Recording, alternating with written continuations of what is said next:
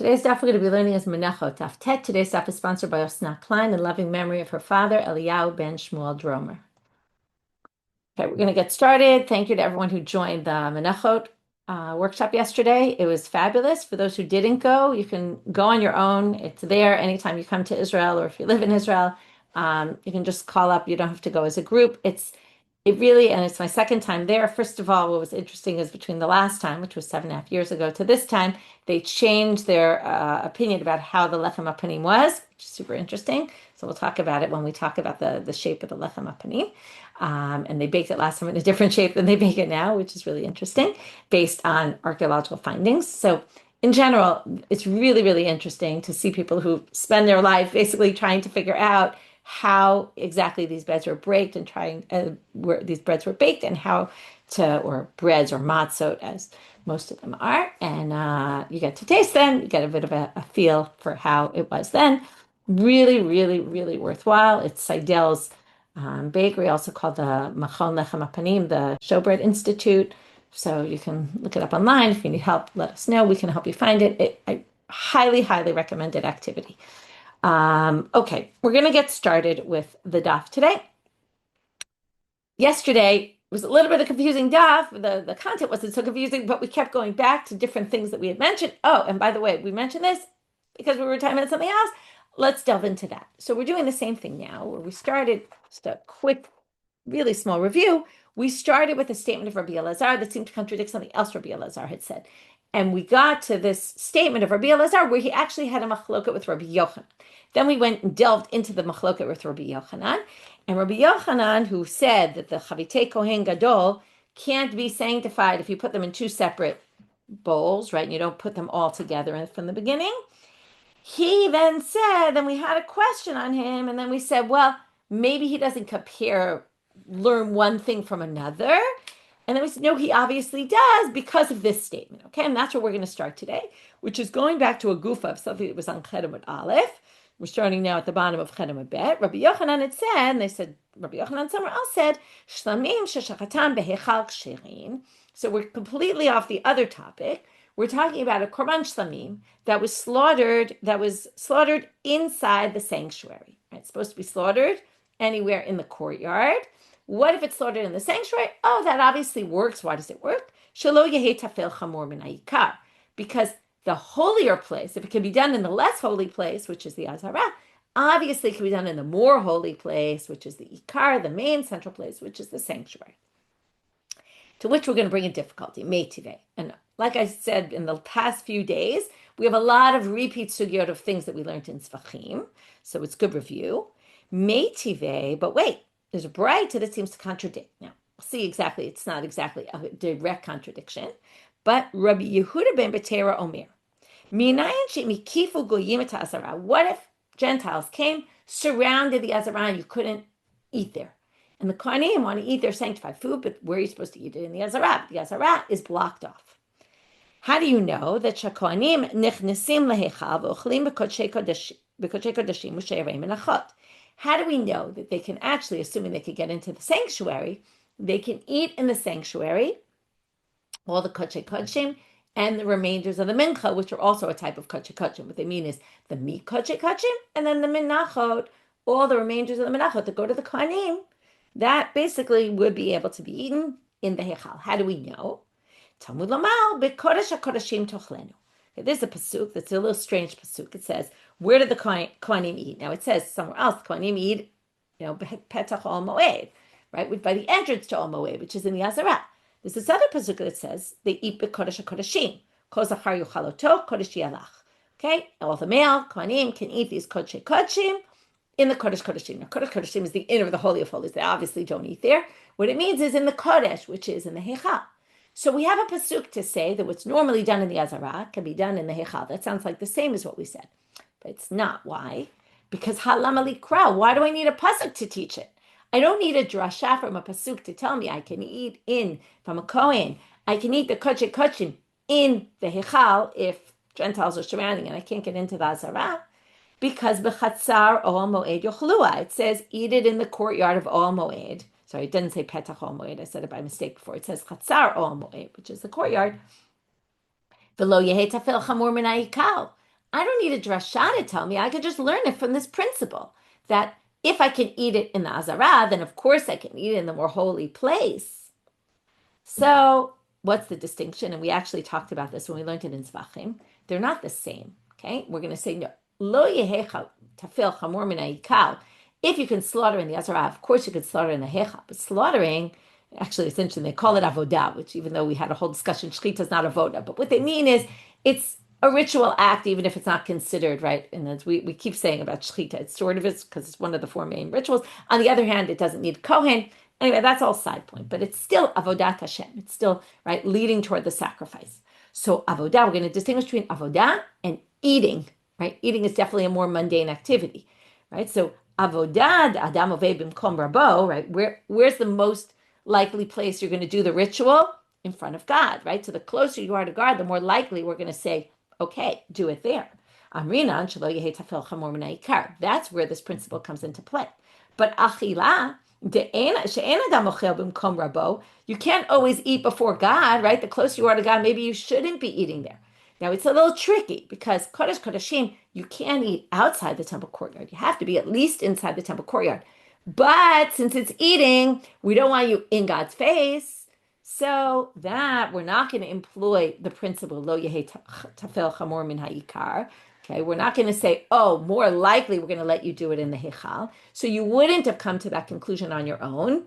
And therefore, Tama de Katav Kra, only because the Pasuk said so. Halo Katav Kra. If not, though, Lo Yeh Tafel Chamor Min Ha'ikar, Lo Amrinan. Okay, you have to put like quotes around. You're not, right? You do, the Tafel is not going to be more strict than the Ikar. We don't say. Okay, we don't employ that principle.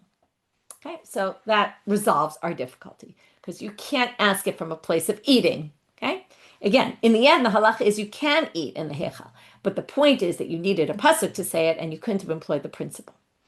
Okay, now we're going to move to the main body of today's class, which is 3 machlokot between Rabbi Yochanan and Reish Lakish. Okay, at the end of daf, just to tell you the structure, and each one's going to be a little longer than the other. We're going to have 3 debates between Rabbi Yochanan and Reish Lakish, and the first one we're basically just going to have the machloket and a support for Rabbi Yochanan. The next one, we're going to have a machloket and a difficulty on Reish Lakish. And the third one, we're going to have a difficulty on Reish Lakish, a difficulty on Rabbi Yochanan, a much longer. It's going to be almost like a whole amud, that whole diyun on the third one. And then we're going to go back to the Mishnah and talk about kametz b'smol pasul and how do we know that smol is pasul. Okay, so that's going to be our structure. Itmar. So the first machlokah between Rabbi Yochanan and Reish Lakish is about, okay, the 3 machlokot all have to do with the mincha, obviously. We're in Menachot, we're talking about the mincha. Bilala chutz lechomat azara. What if you mix, now remember, in many of the Menachot, not all of them, bilula b'shemen, it has to be mixed with oil.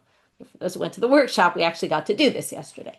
So bilula b'shemen, what if you did it chutz lechomat azara? Okay, most of the actions have to happen in the azara. And presumably they mixed it in the Azara. But what if they did it outside? Is it disqualified or not? Can that action, is it really what they're asking is, how central is the mixing to the whole process? Okay, it happens, by the way, if you don't mix it, it's still valid. Okay? Because as long as you can mix it, there's a whole thing, anyway, that's different sugi. If you remember, great. If not, not. But it's obviously not a central part. But the question is it disqualified if you do it outside the Azara? So Rabbi Yochanan Amar Psula, he says, yes, it's disqualified. Reish Lakish Amar Kshira. So now we're going to see what the basis of their opinions are. Reish Lakish Amar Kshira, Dichtiv. Vayatzak aleha shemen, v'natan aleha levona. It says you pour the oil on top of the mincha, and then it says, and then you put the frankincense on top. V'hadar v'hivi'ah al b'nei Aharon ha'kohanim v'kametz. And then it says, and then you bring it to the sons of Aaron, and they do the kemitza. So what do you see from this pasuk? At what point do the kohanim come into play? After it's already been mixed. Okay, we weren't talking about kohanim, but we're going to say, mikmitza va'elach mitzvat kehuna. So since, right, from the moment of kemitza, that's when you need kohanim. So comes Reish Lakish and he says, okay, well then what can we learn? So first of all, it teaches you that pouring the oil and the mixing it can be done by anybody. Like let's say you bring a mincha to the Beit HaMikdash, you can do that yourself. But now here's the key. We're going to make a comparison Mida kehuna lo baya, pnim nami lo baya. If you don't need kehuna, then you don't need bifnim. Okay, those two things are going to go hand in hand. Okay, we're going to assume whatever requires a Kohen requires it to be done in the Azarah, which is a reasonable assumption, right? Because it shows it's a higher level of sanctity, that action, and the parts that can be done by Azar theoretically can be done outside. That's Reish Lakish. Rabbi Yochanan obviously he's not going to disagree about that. He's going to say that kemitza has to be done by the Kohen, that for sure. Before that, it doesn't need a Kohen. But he's going to say those two things are not connected, those two issues. The fact that something needs kahuna doesn't necessarily mean, the fact that something doesn't need a Kohen doesn't necessarily mean it can be done outside. Okay, that's what he's going to say. Rabbi Yochanan Amar Psula, and then he's going to have to say what requires inside. It's not the kemitza action, right? It's something earlier. Kevanda asiyata beklihu. Now remember, I've said this a few times. From the start, you put the dough into a sanctified vessel. From the moment it goes in that sanctified vessel, because it's in a sanctified vessel, has to be done inside. It's the moment of putting it in that first vessel. Remember, there's two vessels in the mincha, because you have first the whole dough goes in a sanctified vessel, then the Kohen takes the kemitza out and puts the kometz into a new sanctified vessel. But from the first sanctified vessel, it's already nihita kahuna by now. It might not need kahuna at this point, and anyone can do the mixing, but pnim mihabaya, but it does need to be done inside. So basically, are we connecting between the need for a Kohen and the need for inside? That's Reish Lakish. Or are we saying, no, even earlier, once it goes in that sanctified vessel, that already requires inside, and therefore, if it was mixed outside the Azarah, Rabbi Yochanan says it's disqualified. And now, like I said before, we're going to just bring a braita for Rabbi Yochanan, and then we're going to move on to the next machloket. Tanya kavatei de Rabbi Yochanan, blala zal kshtera, chutz l'chomad Azarah psula. So here you have, these are two completely different things. They're not connected. If a zar non-kohen mixes it, it's fine. But if it's done outside the Azarah, it's disqualified. So that braita supports Rabbi Yochanan. Now, it doesn't mean that Reish Lakish maybe doesn't have another Tanaitic opinion to support him, but we just don't know of any braita. Okay, remember, the braita were memorized and people brought them into the Beit Midrash. It could be that braita got lost, and by the time they're having a discussion about this, nobody knows about that braita, but maybe Reish Lakish was relying on something, because otherwise this really raises a difficulty on Reish Lakish. Which, by the way, we're going to end the next section also with a difficulty on Reish Lakish, and in the third section, we're going to have a difficulty on Reish Lakish. So pay attention to the fact that every time we seem to have a knockout to Reish Lakish's opinion. Itmar. Okay, second machloket. Itmar is usually an introduction to a machloket and moraim, not always. It means it was said, but often it was said as an intro to a debate between two amoraim. Mincha shechasra kodem kemitza. And now we're going to talk about what if we lose a part of the mincha. And the next case is going to be, what if we lose a part of the remainder before we do the kemitza? Okay, so we're talking about at different stages, some part of what we have disappears.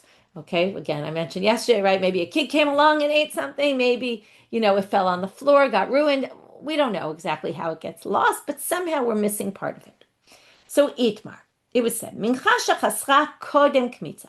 So first we're at the stage where it's in that first bowl, and a little bit is lost now. Okay, you're supposed to remember, have a certain amount. Often it's an isaron, okay, which we learned yesterday is about 1.9 kilo, okay, of flour, and some of it's missing before we did the kemitza. So Rabbi Yochanan says, easy solution. Yavi mitoch beito v'yimalena. Bring it from home, right? Go get more and fill it in. Reish Lakish amar lo yavi mitoch beito v'yimalena. You can't bring it from your house. Okay, so now, just like last time, first they said who says what, then they explain where they get it from.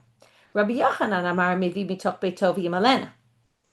Kemitza kavale. He says it's the action of kemitza that is the point of no return. Okay? But at this point, okay, now, kavale what? Actually, it's not so clear. I shouldn't say it's the point of no return. You have to look at Rashi. Rashi helps us here. Kavale means, according to Rashi, Decho kama de lo kometz la, de lo kometz, lo mikarya mincha. It's not called a mincha until the kemitza is taken. Like, what gives it its name mincha? Its name mincha comes when you take the kemitza out. This is now called a mincha. Now, you would have thought, no, it's called a mincha as soon as you put it in the bowl, right? But no. And in fact, it's interesting because Rabbi Yochanan in the previous said it was the bowl that sets it aside, okay? And that makes it that once it goes outside, it's going to be a problem. But for this issue, is it called a mincha? He says, not. Now, why does it matter if it's called a mincha? You'll see in a minute. But first, he just says, it's not going to be called a mincha till you do the kemitza. Okay, why is mincha important? Because there's a drasha. I'm just back in Rashi. Below krinan be mina mincha prat l'shechasra. There's a drasha on this word mina mincha, from the mincha, that when it's from the mincha, it has to be the mincha is complete and whole. Okay? If it's missing something, it's no good. So what does he say? Well, there's no mincha until you take the kemitza out. So if you haven't taken the kemitza out yet, which is exactly what we're up to, it's not yet called a mincha. So this whole law is irrelevant. Okay? The law of it has to be whole and can't be missing anything comes into play at a later point, not at the point when you just put it in the sanctified vessel. So if something goes missing, fill it in. It's fine. Just fill it up. Now comes Reish Lakish. Reish Lakish says, Reish Lakish amar lo yavi mitoch beitovi yimalena. You can see where he's going to go with this. Kedusha kli kavale. It's not the taking the kometz out that calls this thing a mincha. It's already a mincha when it goes into its first sanctified vessel. That makes it a mincha. So at that point, once it's in the vessel, if any part is missing, you can't just fill it in. It's disqualified. Start again. Okay? ATB Rabbi Yochanan, as I said, in this section, we're going to have a difficulty Rabbi Yochanan raises to Reish Lakish, okay, as opposed to a support, which is really one and the same. It's really also a difficulty. If you bring a support from a Braita and Reish Lakish doesn't have his own support, that kind of also is a problem. But this time, what's more here is that in the previous section, the Gemara was bringing the Braita to support Rabbi Yochanan. In this case, Rabbi Yochanan is bringing a Braita to say, hey, you're wrong, Reish Lakish, okay? He himself raised it as difficulty for Reish Lakish. Rabbi Yochanan Rabbi Shimon ben Lakish. Now, what's he talking about? We're going to see this twice today. The mitzora. If you remember the leper process, the kohen takes a log of oil, right?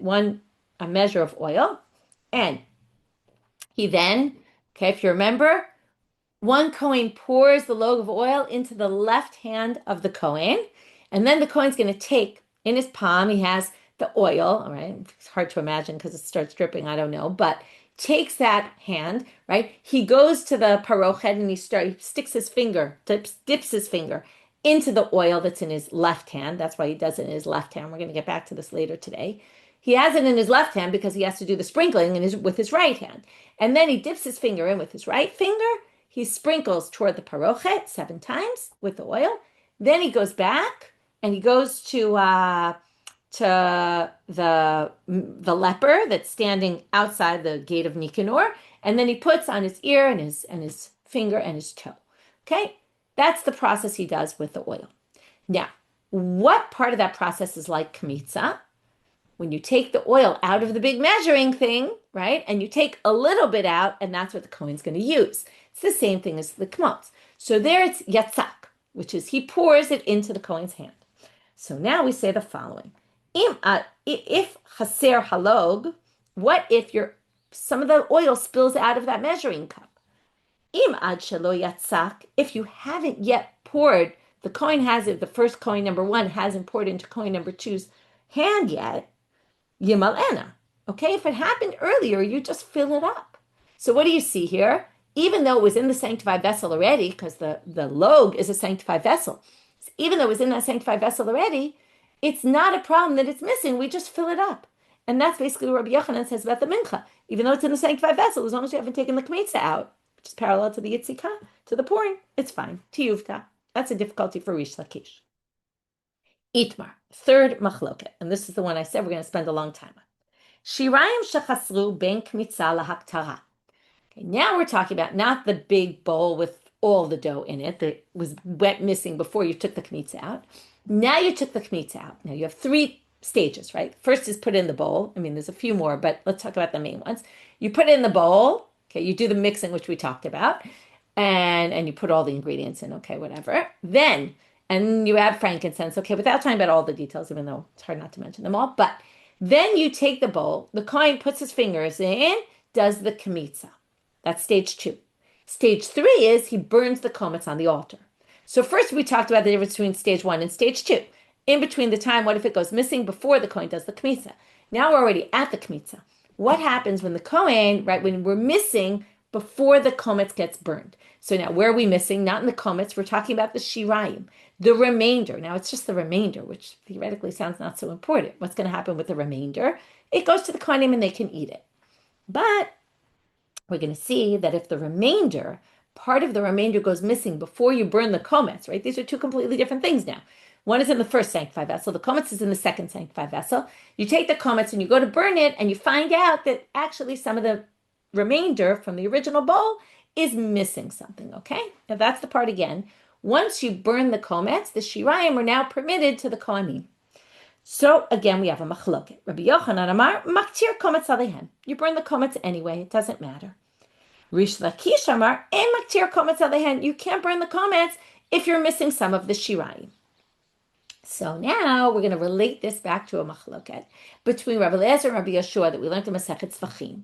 But again, you're not expected to remember all this, but hopefully some of it will start to sound familiar. We'll see it a second time. And if not, it's good review. Now you'll remember it, hopefully. So Rabbi Eliezer and Rabbi Yeshua have a debate. What if it's missing? You don't have the blood. I'm sorry. You didn't do the blood yet, which is similar, right? The parallel of the blood in the sacrifice is the burning of the kometz in the mincha. You're missing. And now you're missing what? You have the blood, but the other part, which is the meat or the parts of it, right? So the meat, which is to be eaten, let's say, by the owner in a regular korban, or the chalev, the fats, to be eaten to be burned on the mizbeach, so to speak, eaten on the altar.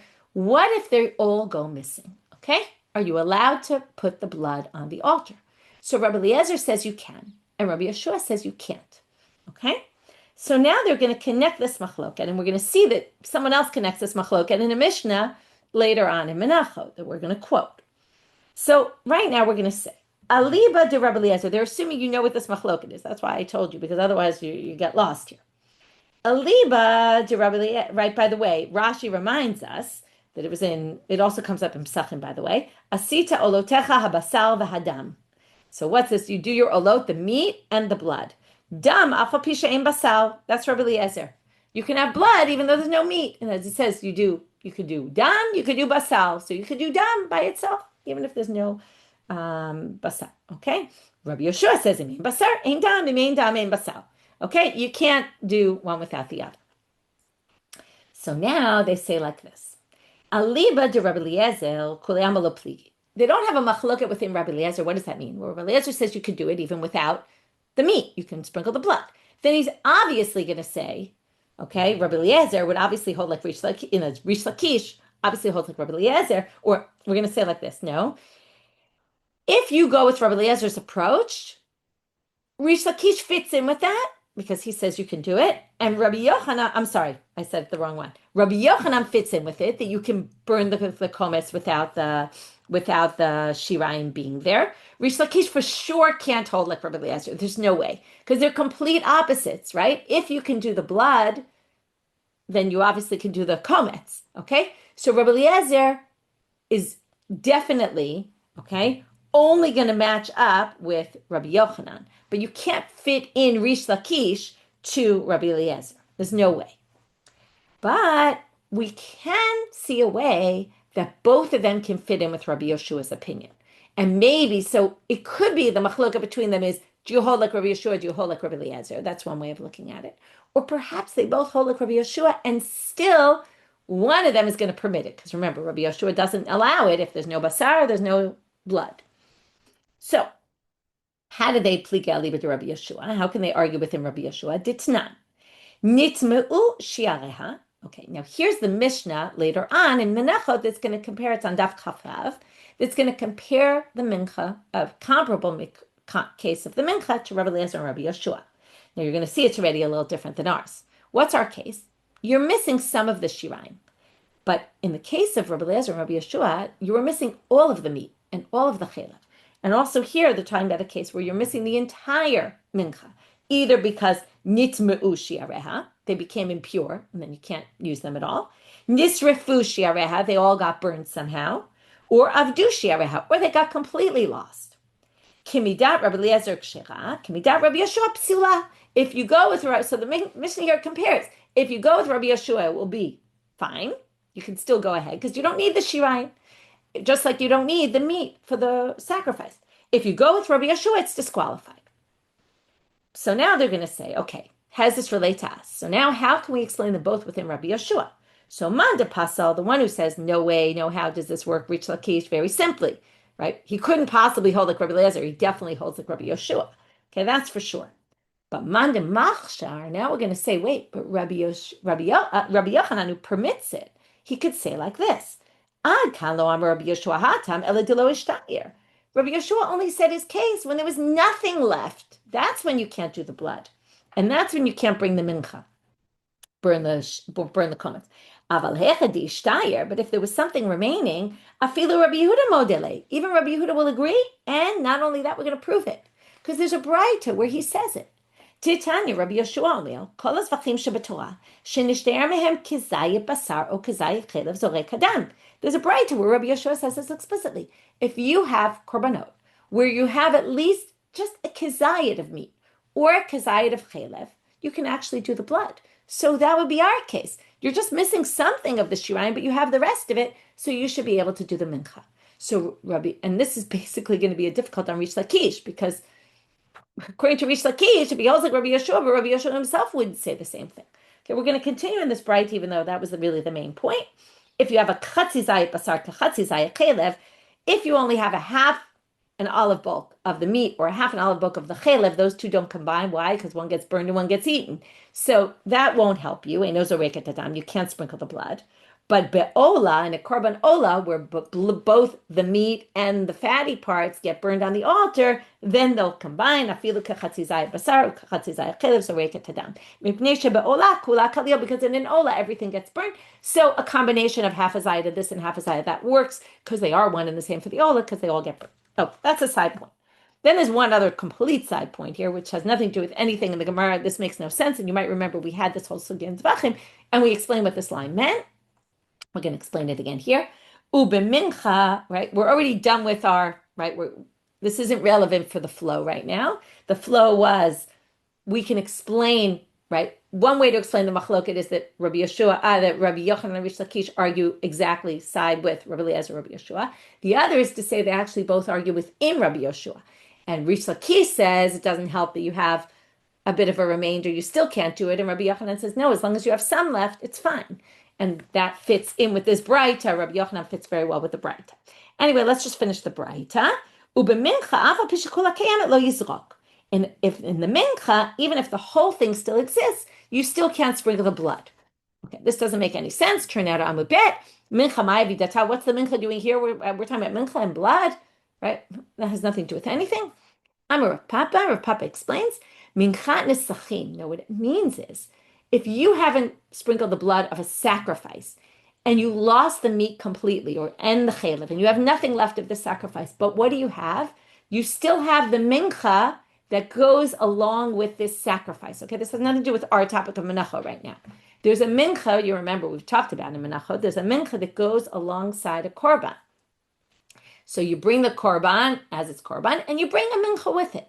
So, right, in our davening all the time, minchatam v'nizkehem kemidubal, right? The mincha and the nisachim, like this, you're supposed to bring this amount of yisaron for the mincha and that amount for the wine and all that. Now, because the wine is the wine libation that goes with it. Now, you might have thought, Sakadat Achamina, Ho'ilu Bahadi Zevach Atya, Ki Gufe de Zevach Damya. Since it goes with the sacrifice, let's say you lose all the meat in between the time that you did the slaughtering, and now you're supposed to sprinkle the blood, and you didn't do the blood yet, and you lose all your meat. We already learned you can't sacrifice it anymore, according to Rabbi Yeshua. But what if the mincha that's supposed to go alongside it, which is the accessory, what if that is completely intact? Let's go back to the words. What did it say? Uba mincha ava pisha kula kayemet. Even if your whole mincha offering that's supposed to go with the sacrifice is there, you might have thought, since it goes together, bahade zevach atya, comes together with the sacrifice, ki gufe de zevach damya. Maybe it's as if the sacrifice is in existence, because you have some part of it, even though it's an external part, you might have thought, kamash malan, no, but it comes to tell you, no, this doesn't work, okay? Because that's not part of the sacrifice, it's just an accessory. So that was a complete side point. Okay, now getting back to our topic. So now, how's Reish Lakish going to explain this source? The source made it very clear. If Reish Lakish holds like Rabbi Yeshua, he actually wouldn't disqualify it in this case because you still have a requisite amount left of the shiraim. You're only missing a little bit of it. You still have the rest of the shiraim, right? There isn't a real requisite amount. As long as you have something left over, let's assume it's a kazayit, you should be able to do the kometz and burn it on the altar. So man de paso, which is Reish Lakish, who disqualifies, is going to say the following. The laws are different by mincha, okay? Whereas according to Rabbi Yeshua, remember it was im ein, right? Asito lotecha basar va'adam, right? So he says im ein basar ein dam ein basal, right? And that was all connected to the blood. But it wouldn't be the same for the mincha because it's a special drasha by the mincha. So there it might work as long as you still have a little basar. That works, or a little chelev. But here it's not going to work because there's a special drasha from the pasuk which excludes this case. The Amarkra, v'hirim hakohen mina mincha. This was the mina mincha that we saw before. Has to be a mincha, right? What stage does it become a mincha? We saw this machloket, but that's not important right now. V'hirim min hamincha et eskerata v'iktir mizbecha. I mean, this is important. This is the drasha. Ha-mincha adi'ita lekula mincha lo yaktir. Here's the drasha that you have to have the whole mincha, okay? Until you have the whole mincha, you can't do it, okay? So there you have it. Here's his drasha. That's where we learn if it's missing something. And he says, what does it mean if it's missing something? He reads it as, you have to have the complete mincha there in order to burn it. If you don't have it, because look what it says, bring from the mincha, the eskerata, which is the kometz, the thing that you're bringing to remember, and burn it on the altar. So burn it on the altar when you have the whole mincha. Okay. Now, idach, what's Rabbi Yochanan going to say about this drasha? Well, we can't just ignore it. Well, mina mincha shahay takfal. And I'm going to get rid of all the parentheses here. Our version that we're going to go with is mincha shahay takfar, meaning as long as the mincha was whole originally, when you put it in the bowl, you put the right amount, the isaron, and you had everything in there the way it was supposed to be, then you can take the kemitza. The fact that you can burn the kometz. The fact that something happened in between that lost some of it, it's fine, as long as it was a mincha at an earlier point. Okay, now, so what we did so far in this opinion, just so we don't get lost in the flow, we brought each of their opinions. We brought how it possibly connected to the machloket Rabbi Eliezer, Rabbi Yeshua. Either, right, they argue each on one side and the other, or they both argue within Rabbi Yeshua. And if they argue within Rabbi Yeshua, and either which way Reish Lakish is going to line up with Rabbi Yeshua, we seem to have this problem because Rabbi Yeshua allows it as long as you have a kazayit. So why wouldn't he allow it here? Because remember, he's the one who disqualifies. So we now explained according to Reish Lakish, because here there's a special drasha that chose to require it, and we saw how Rabbi Yochanan dealt with that drasha. He understood it differently. Now we're going to have Eitivei Rabbi Yochanan the Reish Lakish. So now we're going to have a direct question that Rabbi Yochanan throws at Reish Lakish. And it's actually a sugya we learned yesterday, which is nice. Ad shelo pirka nifras lachma. If when you're taking, right, the lechem apanim, 12 loaves, there's 2 bizichei levonah, 2 bowls of frankincense, and what you do every week on Shabbat, they would take out the bizichim, take out the bread, they would burn the frankincense and eat the bread. The kohanim could eat the bread. So Rabbi Yochanan says to Reish Lakish, listen to this source. Ad shelo pirka, if you haven't taken it off yet, nifras lachma, the bread breaks, halechem pasul, you can't eat the bread, and ein maktir aleh et habizichin. Now, what's the comparison in our case? The bizichin and burning the frankincense is just like burning the kometz. Just like burning the kometz permits the shirayim to be eaten. So the shirayim are like the lechem apanim, right? The frankincense permits the lechem apanim, the showbread, to be eaten. So we now have, right, kometz is like the burning of the levona, burning of the kometz, and the eating of the lechem apanim is like the eating of the mincha, the shirayim, the remainder. So now they say the following. If it wasn't yet taken off, the bread breaks, so you can't go through with anything anymore. But if you already took it off, nifras lachma, the bread breaks, halechem pasul, but maktir aleha et bezichin. Now, okay, now they're just going to add Rabbi Elazar, which you don't really need to add this, and Rashi even says, the only reason, lo itzrich, he says, you don't really need this line. The only reason why they did it is, I did the tunnel else, since on yesterday's daf, we brought it, when we mentioned this brighter, we're bringing it again. It's not relevant to our purposes, but we'll read it anyway. Rabbi Elazar, lo perka mamash, al kevan shegizman al farek, afa lo perka. You don't actually have to have taken it off, but as long as it's time to take off, it's as if it was taken off. Okay, fine. Side point completely. What's the point? The point is, what do we see here? You can still eat, you can't eat the bread, but you can still burn the bizichei levona. So that would mean by us, you could still burn the kometz, even though it's missing, right? We're going to compare missing a piece to a broken piece, right? Breaking for the lechem hapanim is like missing a piece in the mincha. So there we're allowed to burn the frankincense, and here we can't burn the kometz. So that's the difficulty. Do you Reish Lakish? Because I think you can burn it. Okay, proof for me. To which Reish Lakish answers, Hamane. Rabbi Eliezer, he employs the classic tactic. You bring a Tanaitic source to disagree with me, no problem. It's a different Tana, okay? I don't hold by that Tana. This source goes with Rabbi Eliezer, okay? Remember, Rabbi Eliezer says, right? It doesn't matter. You can bring the blood on the altar, even if there's no meat. So likewise here, right?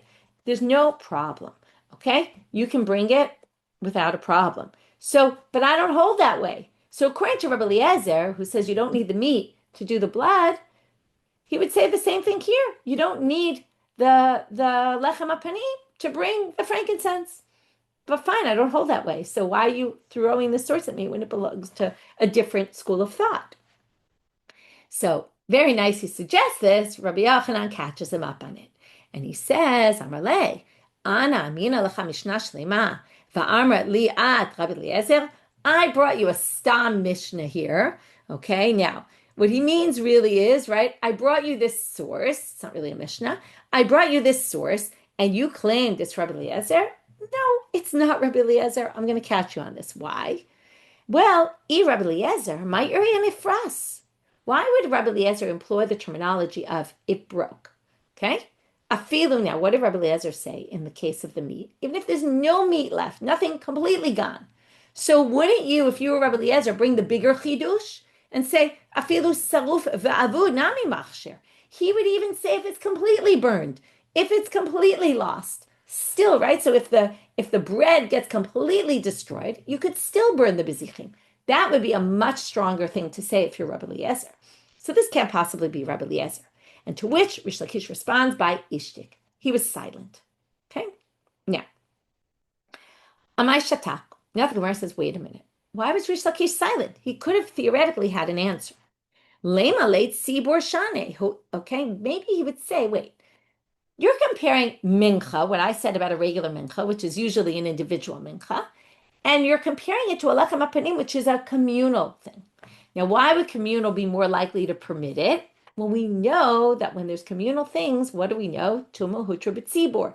If everyone's impure, the majority of the people, we're going to allow things to be done in impurity, right? There's all sorts of cases where we're going to permit impurity for the sake of the rabbim, for the community.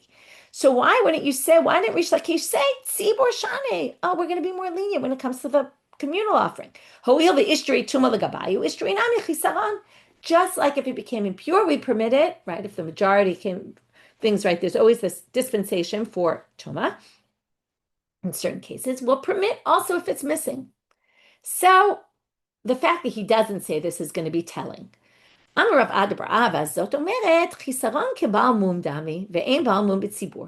This teaches us that missing a part is more similar to a blemished animal, which is never permitted, not in the communal offerings either, and it's not as similar to impurity. Okay, we're going to say this is a serious, right, that there's no heter for it at all. Otherwise, Reish Lakish would have said that. Okay, Yativ Rav Papa, we're going to have another possible explanation now. Yativ Rav Papa v'karmela hashmata. Rav Papa was learning the same sugi we're learning. He said this drasha. Okay, he brought this whole thing that we just learned. Amarle Rav Yosef Rashmaya Rav Papa. So Rav Yosef Rashmaya says to him, Milo askinen to Rabbi Yochanan Reish Lakish b'minchata omer d'tziborhu upligi. The reason he didn't say, oh, that's tzibor, this is yachid, is because what were we talking about? A mincha that's missing a part of it. Now, a mincha that's missing a part of it could be referring to any mincha. Okay, and that source could include in it, right, that machloket could include in it the mincha omer, which is a korban tzibur. There's other communal mincha offerings. So, therefore, you can't say that one's tzibur, the lechem hapanim, and the mincha was yachid, because the mincha is also tzibur. It includes tzibur as well. That's another reason why he didn't say that. Okay, now Rav Melchio is going to bring a an explanation of something which is going to bring a difficulty on Rabbi Yochanan. So Rabbi Yochanan raised a difficulty on Reish Lakish, and Reish Lakish was silent. This is what I told you before. It seems like all the difficulties on Reish Lakish are really unresolved. But now we're going to have a difficulty on Rabbi Yochanan, and we'll see how they resolve it. So Rabbi Melchior says, he's going to bring two Breitot, which basically have two different drashot, that if it's missing something, it's no good. And then the question is going to be, why do we have two different drashot to teach the same thing? So one Breita says, Misalta. Okay, there's a pasuk that says you're supposed to take the mincha. This is in Vayikra chapter 2, starts talking about the mincha, verse 2. And it says you bring it to the Kohanim, he takes the kometz from its solet, from its own solet, and from its own oil. Okay, meaning the kemitza comes from both the flour and the oil. So Misalta she'im chasra kol shehu psula. Why is it saying from its solet? It means it has to be all of its solet. If it's missing anything, you can't take the kometz. And mishamna, from its oil, she'im chasra kol shehu pasul. If any of the oil is missing, it's no good. V'tanya idach, another Breita says, the next pasuk says, whatever is left, hanoteret min mincha, goes to Aaron and his sons to eat. So hanoteret min mincha, prat lemincha shechasra hi, v'shechasir kumtza, v'shelo tirmi levanata klum. This comes to exclude three things. If the mincha is missing, the kohanim can't eat the remainder. Or if it's missing its kometz, okay, like you lost the kometz and you didn't do it, or you didn't burn any of the frankincense. So trei krai b'chisaron namali. These are all talking about missing. So why do you need two different drashot for that? Lav, is it not that one is lemincha shechasra kodem kemitza, that if you're missing the mincha before the kemitza, and chad shirayim shechasru ben kemitza laktara, the other is if you're missing from the remainder before you do the kemitza.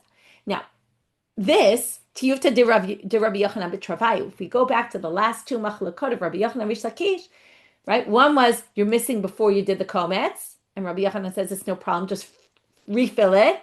And the second was if it's missing after the kometz before you burn the kometz. And that Rabbi Yochanan said it's fine. So we're assuming these two drashot are saying it's not fine in case number one, it's not fine in case number two. Why else do we need two Breitot? So now we have a difficulty not only on Rabbi Yochanan in this machloket, also on the previous. To which they say, lo, that's not the way to understand it.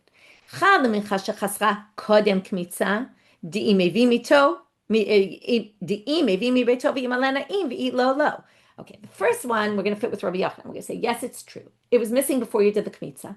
But what's it saying? It's disqualified if you don't refill it. If you refill it, you're fine. And then that fits with Rabbi Yochanan.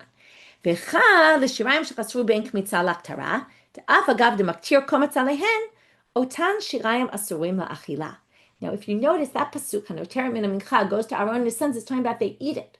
So what are we going to distinguish now between, just like with the bizichei levona, you burn the bizichim, but the kohanim can't eat it. Likewise here. You can still burn the kometz, like Rabbi Yochanan says, the kohanim just can't eat it. Okay, they can't eat the remainder because the remainder lost something of it. Okay, that's what we're saying. If some of the shirayim got lost before you burnt the kemitza, then you burn the kemitza, but the kohanim can't eat the shirayim. It ruins the shirayim for eating. And we're going to further prove this, so we have all our answers for Rabbi Yochanan. It was asked, L'divrei ha'omer, the one who says shirayim shechasru ben kemitza laktara maktir kometz alehen, according to the one who says you can still burn it even though the shirayim lost some of it. Otan shirayim mahem ba'achila, can they be eaten? Amar se'eri amar kra vehanoteret v'lo hanoteret min hanoteret. He says, what can they eat? The remainder, but not the remainder of the remainder. So you can't eat it if the remainder already has lost some and now it's a remainder of the remainder. So there you have proof for Rabbi Yochanan. Now comes this last line of this section of Rabbi Yanai, and Rashi has two different ways of how to read this, but we're going to read it the first way, which is he actually disagrees with what we just said a second ago. Rabbi Yanai says, Mina mincha shai takfar. As long as it was whole before, you can still eat from the mincha. Okay? So you can eat from the mincha, even if it was from the shirayim, even if they were missing, as long as at some point they were complete. Okay, now we're going to end with kamatz b'smol. And I'll recommend two things to read or listen. One is Shuli Mishkin wrote all about left-handed and how right became this important thing in halacha. And if you remember, okay, in Zvachim, Alana Steinheim did a whole din and daf on left-handed in halacha, it's called, so you can search for it on the site and find it. I'll try to also connect it soon to the stuff, but so that you can find it on the bottom here. But anyway, the point being that there's a whole shiur on left-handedness in halacha, and it comes from the sugya as well. all these sugyot. So now it said if you do it with your left hand, it's disqualified. Minachot, where do we get it from?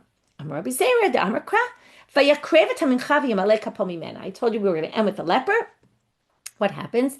You take, now, here we're talking about the miluim. On the days of the miluim, there were menachot that they brought. And in chapter 9, it says, right, this is when they sanctified the Mishkan in the desert. They brought the mincha and he fills his hand with it. That means kemitza, his hand. How do we know which hand? We're now going to prove from the leper that the hand must be the right hand. Why? Well, first they say, kav ze eini yodei mahu. I don't know which hand. It just says his hand, right? If it says hand, sounds like it doesn't matter which hand.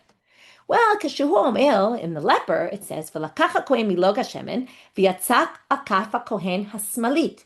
They specifically tell you what hand do we use? The left. So what do they say? Kan smalit. It specifically says kaf smalit, to say this one is specifically the left. But ha, kol makom shneimar kaf ena el yamin. But anytime it just says hand, it's yamin. This, by the way, they do with Eidim also. They say Eid Echad. If it says, I forget exactly how it goes, but anywhere where it says Eid otherwise, it must be two, because this one says Eid Echad, but otherwise Eid must be two. So here it says Smali, otherwise it must be right. Okay, it sounds a little weird, kind of drasha, but they do this a lot. But the Gemara says, I'm not so happy with this drasha. Maybe it's trying to tell you, you actually have to put it in the left hand. It's not going to be teach about anywhere else. Why would you think just because it says left means everywhere else? No, it's telling you it has to go in his left, and that's why we explain, because he has to dip his finger in the right, with his right finger to do the sprinkling. So they say, no, you're right. The first time it's really for itself, but it actually appears 2 times. We're actually going to see it appears 4 times. Okay, but right now they're going to say, oh, it appears a second time. Smalit achrina ktiv. It's a different time it says it. So the second time, kan smalit ve'en acher smalit. So the second time, the first time is coming to say this has to go on the left hand. Why do they say it a second time? Okay, when they say it a second time, they say he dips his finger into the left hand. Okay, why do they need to say that? Because it's the second time is say, now this teaches you every time it says kaf smalit, it's smalit, otherwise it's right. The Gemara is still not happy. Ema adraba, makan smalit afal manami smalit. Maybe it's saying, just like this is smalit, that's also, I skipped a line. Ema emiut achar miut ela l'rabot. Wait a minute. Maybe it means when you have a limitation and another limitation twice, they actually cancel each other out. And maybe it means you could even put in his right hand in the leper situation. So they say, it's mentioned a third time. Smalit achrina ktiv. Where it's mentioned a third time? Well, if you remember the leper process, there's one if you're rich and there's one if you're poor. So when it says the rich, it goes through the whole process again. You bring these animals and then, you do it like this. And if you're poor, you bring this, and then it goes through again. It says the same thing. You pour the oil into the left hand, and then you put the finger into the oil, which is in the left hand. So it actually says it 4 times. So they say, okay, the third time comes to tell you, kan smalit ve'en acher smalit. The third time comes to tell you, okay, you might have thought emiut achar miut ela l'rabot, and really it means you could even put it in the right. No. It really means only in the left. And then the third time is coming to say that really means only in the left the first time. The second time is then extra to teach that anytime it just says hand, it means right. Ve'ema adraba, makan smalit afal manami smalit. They say, what do you mean? If the third time is coming to say that the second time is really teaching you for all other cases, why are you going to say it teaches you for all other cases only right? Maybe it teaches you for all other cases left is fine. Maybe it's the paradigm case, the binyan av, everywhere it could be left. So they say, 4th time is going to teach you that. Arba asmali ktive. Trei b'inyan ashir, trei ba'ani, trei ba'ashir. 2 for the rich one, 2 for the poor one. The 4th one is coming to tell you, don't think this is giving you the binyan av and everywhere else kaf means left. No. 4th time is kaf means right everywhere else. This time we had to tell you 4 times smalit so that you know it's only left. Okay? And every other time, it's going to be right. With that, we finished for today. So what we did today was we had, basically, after we finished that one difficulty on Rabbi Yochanan about the shlamim and the hechal, and the whole concept of lo yeh tafel mechamur min ha'ikar, it seems not to appear in some other case, we differentiated between eating and avoda. Then we went to these 3 machlokot, doing it outside the azara, if the shirayim were missing before the kemitza, if the shirayim went missing after the kemitza, before it was burned, each time we had a machlokah Rabbi Yochanan, Reish Lakish. We ended up with a lot more difficulties on Reish Lakish than Rabbi Yochanan. The one difficulty we had on Rabbi Yochanan we kind of resolved, or even like was 1.5, so to say. And then we finished with this kometz b'smol. What's the source for it? It took a little while to understand that, But after we saw the four mentions of the kaf smalit in the mitzvah, the leper case, there we darshaned it. And from there, we're going to get off on the leper for a little while. With that, we finish for today. Wishing everyone a good day.